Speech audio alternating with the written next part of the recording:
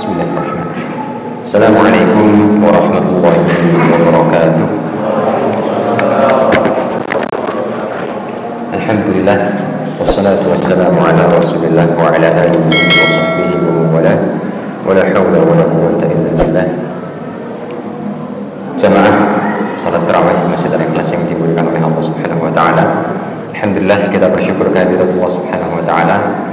Kita bisa melaksanakan ibadah puasa sampai hari ke-16 ya. Kita sampai 17 ini. Semoga Allah menerima seluruh amal ibadah kita dan semoga Allah merahmati kita sehingga kita bisa lulus menyandang predikat orang yang bertakwa di akhir bulan Ramadan ini.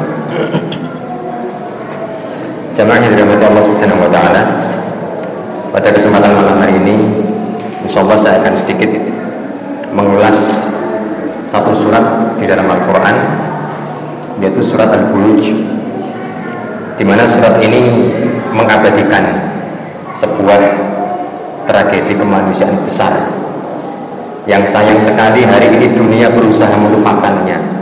Dunia berusaha menutup mata dari tragedi ini.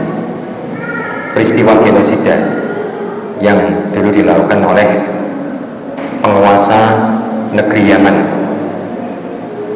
Di dalam surat Al-Buruj, sebagai informasi awal, surat Al-Buruj ini adalah surat Makkiyah, surat yang Allah turunkan sebelum Nabi SAW hijrah dari Mekah ke Madinah.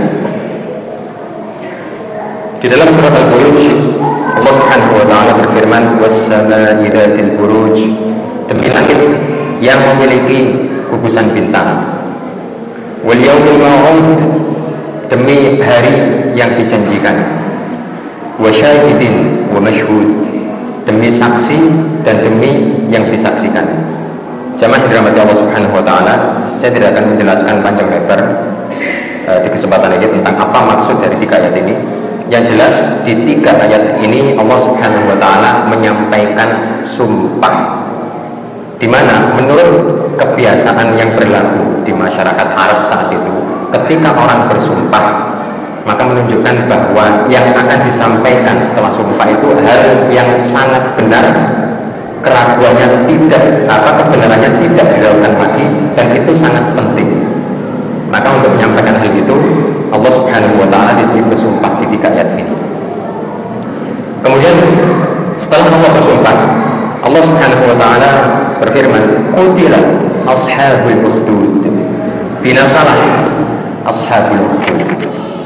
Di dalam ayat ini Allah melaknat ashabul ukhdud, orang-orang yang memiliki parit. Mereka itu siapa? Di dalam sejarah ini peristiwanya terjadi sebelum Nabi Shallallahu Alaihi Wasallam diutus. Jadi terjadi sebelum Nabi Shallallahu Alaihi Wasallam diutus. Ashabul ukhdud ini adalah Raja Dzunawas, bukan Abu Nawas, tapi Dzunawas.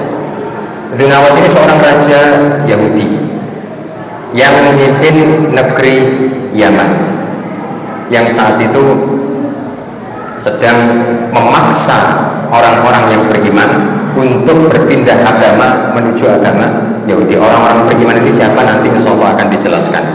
Dan ini terjadi sekitar tahun 523 Masehi. Tahun 523 Masehi. Qutila ashabul ukhdud. Ashabul ukhdud itu dilaknat oleh Allah Subhanahu wa taala dalam surat ini. Mereka itu ukhdud yang dimaksud itu parit itu. Antum tahu parit ya? Kalau peristiwa perang Ahzab atau perang Khandaq itu kan Nabi dan para sahabat membuat parit itu sebagai obstacle, sebagai halangan agar pasukan berkuda dari musuh itu tidak bisa menerobos masuk ke dalam Madinah. Tapi ini berbeda dengan parit yang dibangun oleh Raja Dzunawas yang di dalam surat ini Allah katakan mereka ashabul ukhdud. Parit itu adalah an-nari dzatil waqud, api yang memiliki kayu bakar. Jadi parit yang di dalamnya dipenuhi dengan kayu bakar dan dinyalakan api besar. Untuk apa? Untuk memusnahkan manusia dalam jumlah yang sangat besar. Tragedi kemanusiaan. An-nar dzatil waqud idhum 'alaiha qu'ud. Ini yang yang paling biadab lagi. Hum 'alaiha qu'ud. Ketika itu terjadi tragedi itu, mereka duduk-duduk. Wa hum 'ala ma yaf'aluna bil mu'minina syuhud. Mereka duduk-duduk membuat peristiwa itu sebagai tontonan. Sebagaimana kita hari ini menonton pertandingan sepak bola.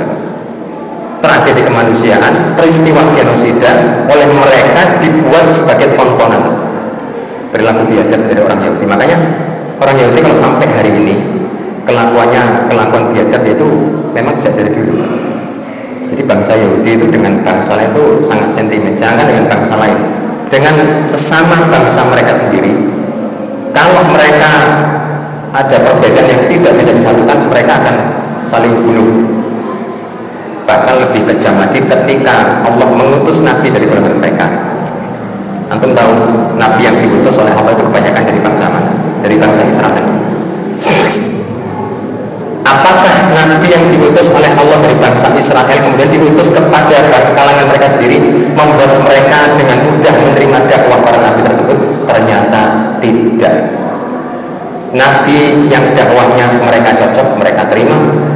Ternyata Nabi yang tidak mereka cocok, dan ini kebanyakan justru mereka bunuh.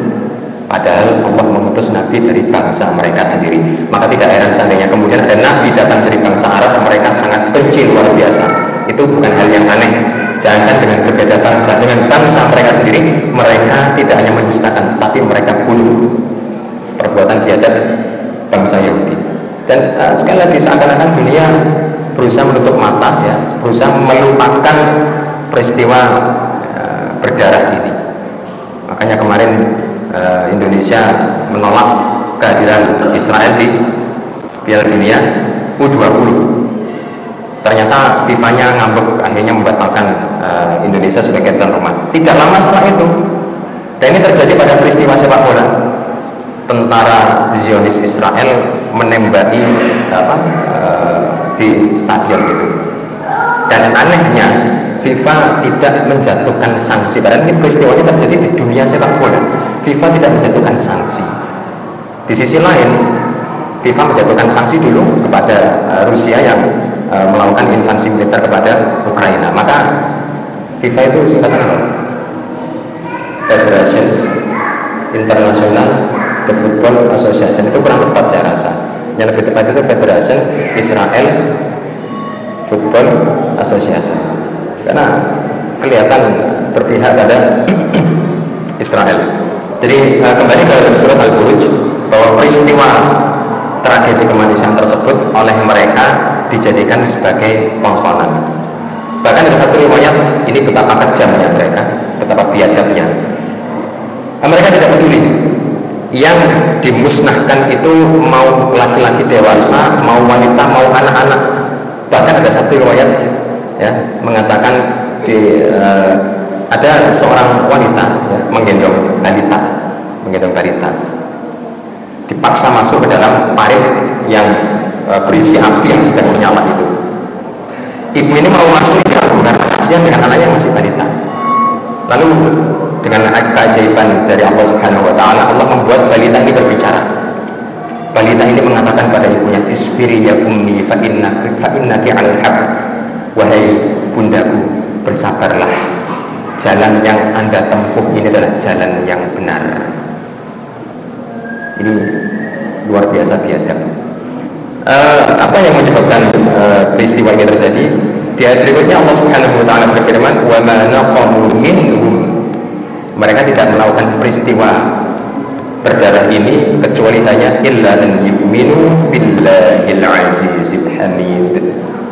Jadi yang mereka musnahkan, yang menjadi objek genosida mereka itu bukan orang-orang yang melakukan kejahatan, bukan orang-orang yang berusaha melawan negara juga, bukan pelaku kriminal juga, bukan. Mereka orang baik-baik. Apa alasannya? Alasannya hanya karena illa an yu'minu billahil azizil hamid. Hanya karena mereka beriman kepada Allah Subhanahu wa ta'ala. Tetapi karena ini peristiwanya sebelum Nabi Muhammad SAW diutus. Maka yang dimaksud oleh Allah orang beriman dalam peristiwa ini adalah mereka orang-orang yang beriman kepada Allah dengan mengikuti syariatnya Nabi Isa alaihi salatu wassalam. Jadi hanya itu peristiwanya. Kemudian berikutnya, alladzi lahu mulkus samawati wal ardi wallahu ala kulli syai'in syahid. Berikutnya Allah memberikan ancaman kali ini.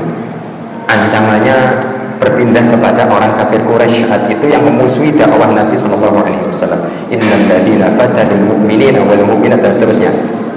Jadi setelah Allah mengulas peristiwa berdarah yang dulu pernah terjadi di negeri Yaman, Allah sekarang mengancam orang kafir Quraisy kalau mereka memusuhi dakwah Nabi Muhammad SAW, berarti perilaku mereka mirip dengan perilaku yang tidak berperi kemanusiaan yang pernah dilakukan oleh Yahudi Bani Najran, Yahudi Yaman kepada orang Nasrani Bani Najran. Demikian jamaah yang dirahmati Allah Subhanahu wa taala. Semoga kuliah singkat ini memberikan manfaat bagi kita semua. Di sini kita bisa mengambil pelajaran bahwa musuh yang sangat berbahaya, yang banyak melakukan propaganda dan banyak melakukan kejahatan, di antaranya adalah orang Yahudi.